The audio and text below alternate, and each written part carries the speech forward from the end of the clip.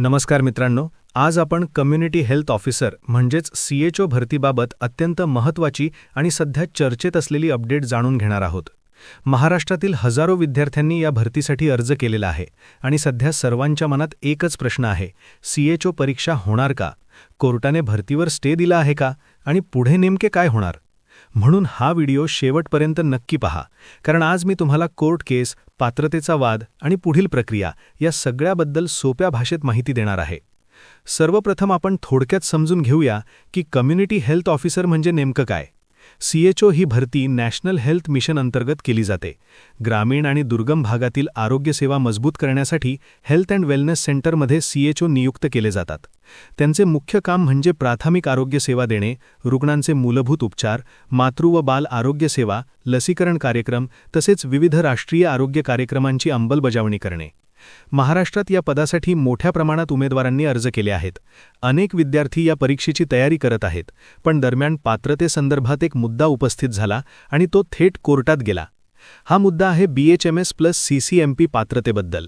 काही डॉक्टरांनी असा मुद्दा मांडला की BHMS + CCMP केलेल्या उमेदवारांना कम्युनिटी हेल्थ ऑफिसर पदासाठी पात्रता दिली पाहिजे. याच विषयावरून न्यायालयात याचिका दाखल करण्यात आली.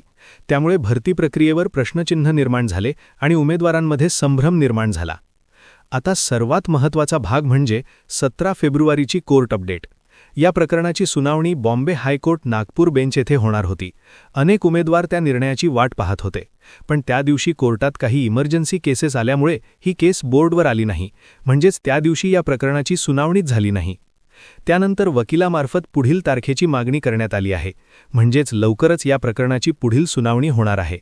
आणखी एक महत्त्वाची माहिती अशी आहे की केंद्र सरकारकडून कोर्टाला सादर करायचा जो अहवाल आहे तो तयार झालेला आहे.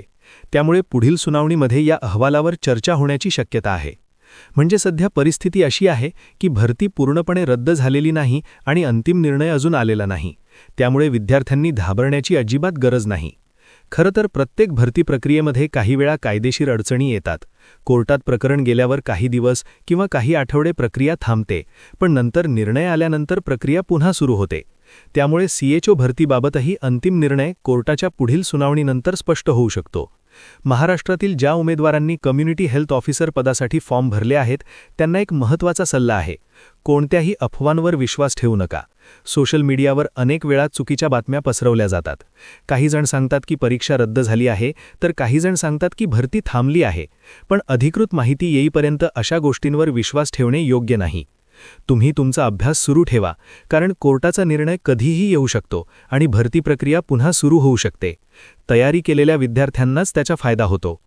आणखी एक महत्त्वाची गोष्ट म्हणजे अशा परिस्थितीत संयम ठेवणे खूप गरजेचे असते.